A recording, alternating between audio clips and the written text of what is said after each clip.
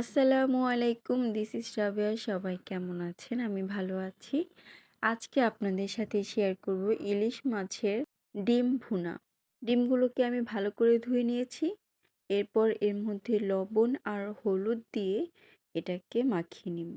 লবণ বুঝে শুনে একটু পরিমাণ মতো দিতে হবে। বেশি হয়ে গেলে কিন্তু খেতে ভালো লাগবে না। তারপর অল্প আস্তে আস্তে করে একটা একটা করে সবগুলো ডিমে আমি হলুদ আর লবণ মাখিয়ে নিলাম। এরপর চুলাতে একটা প্যান বসিয়ে প্যানটা যখন গরম হয়ে যাবে তখন তার মধ্যে পরিমাণ মতো তেল দিয়ে দিলাম। তেলটা গরম হয়ে গেলে তার মধ্যে ডিমগুলো একে একে সবগুলো দিয়ে দিব। সবগুলো ডিম দিয়ে দেওয়ার পর ৫ থেকে ৬ মিনিট একটু ভেজে নিব লো আঁচে।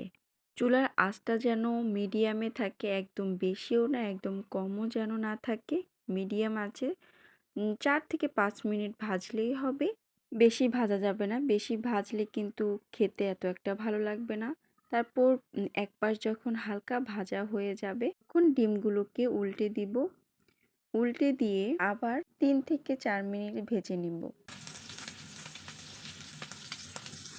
যখন দেখব দুই পাশে একদম ব্রাউন কালার হয়ে গেছে তখন চুলা থেকে সবগুলো ডিম নামিয়ে নিব। ডিমগুলো নামানোর সময় অবশ্যই সাবধানের সাথে নামাবেন। ডিম কিন্তু তেলের মধ্যে খুব ফুটে। এই টাইমটাতে আমার হাতে একটু তেল ছিটে এসেছিল, এর জন্য আমি এই কথাটা বলে দিলাম। এরপর ওই তেলের মধ্যে পেঁয়াজ কুচি করে রাখা ওগুলো দিয়ে দিয়েছি। আমি অনেকখানি পেঁয়াজ নিয়েছি, যেহেতু অন্য কিছু আর ব্যবহার করব না, শুধু পেঁয়াজ দিয়ে ভুনা করব আর একদম অল্প পরিমাণের মশলা দিয়ে ভুনা করব, এর জন্য আমি একটু বেশি পরিমাণের পেঁয়াজ নিয়েছি। মশলাগুলো একদম কম দিয়ে আজকে ডিমটা ভুনা করব, কারণ ইলিশ মাছের ডিম এমনিতেই খেতে অনেক ভালো লাগে। পেঁয়াজ ভাজতে ভাজতে যখন পেঁয়াজটা একদম ব্রাউন কালার হয়ে যাবে তখন তার মধ্যে একদম অল্প পরিমাণে আদা রসুন বাটা দিয়ে দিলাম পরিমাণ মতো লবণ। মশলাগুলো ভালো করে কষানোর পর তার মধ্যে অল্প পরিমাণের পানি দিয়ে দিলাম, একদম অল্প পরিমাণের পানি দিতে হবে। পানি দিয়ে মশলাগুলোকে ভালো করে নাড়াচাড়া দিয়ে তার মধ্যে দিয়ে দিব একদম অল্প পরিমাণের হলুদ আর মরিচ গুঁড়ো।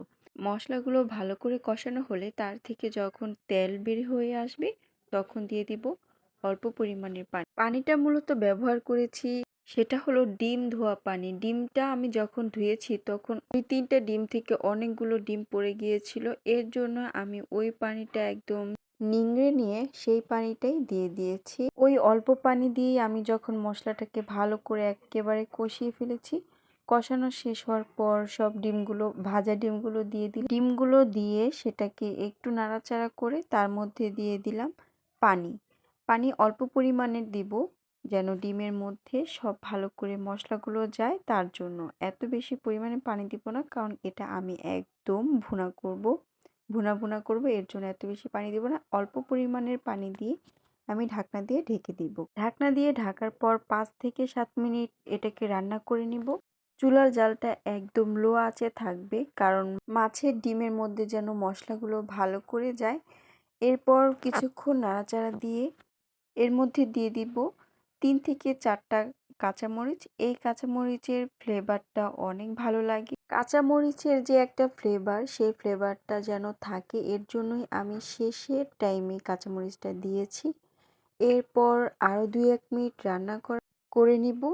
তারপর যখন একদম শুকিয়ে তেল বের হয়ে আসবে তখন চুলার জালটা নিভিয়ে ৩-৪ মিনিটের মতো ঢেকে রাখবো। এরপর নামিয়ে আমি আমার মতো করে পরিবেশন করে নিব। একদম অল্প মশলায় কিভাবে আমি রান্নাটা করে ফেলেছি অবশ্যই আপনারা দেখেছেন, আর খেতেও মাশাআল্লাহ অনেক মজা হয়েছিল। এমনিতেই তো ইলিশ মাছের ডিম আমার অনেক ফেভারিট, যেভাবেই রান্না করা হোক না কেন ফেভারিট জিনিস, খেতে অনেক ভালো লাগে। আপনারা বাসায় এইভাবে ট্রাই করে দেখবেন, অবশ্যই মজা হবে। সবাইকে আজকের মতো এখানেই বিদায়। আল্লাহ হাফেজ।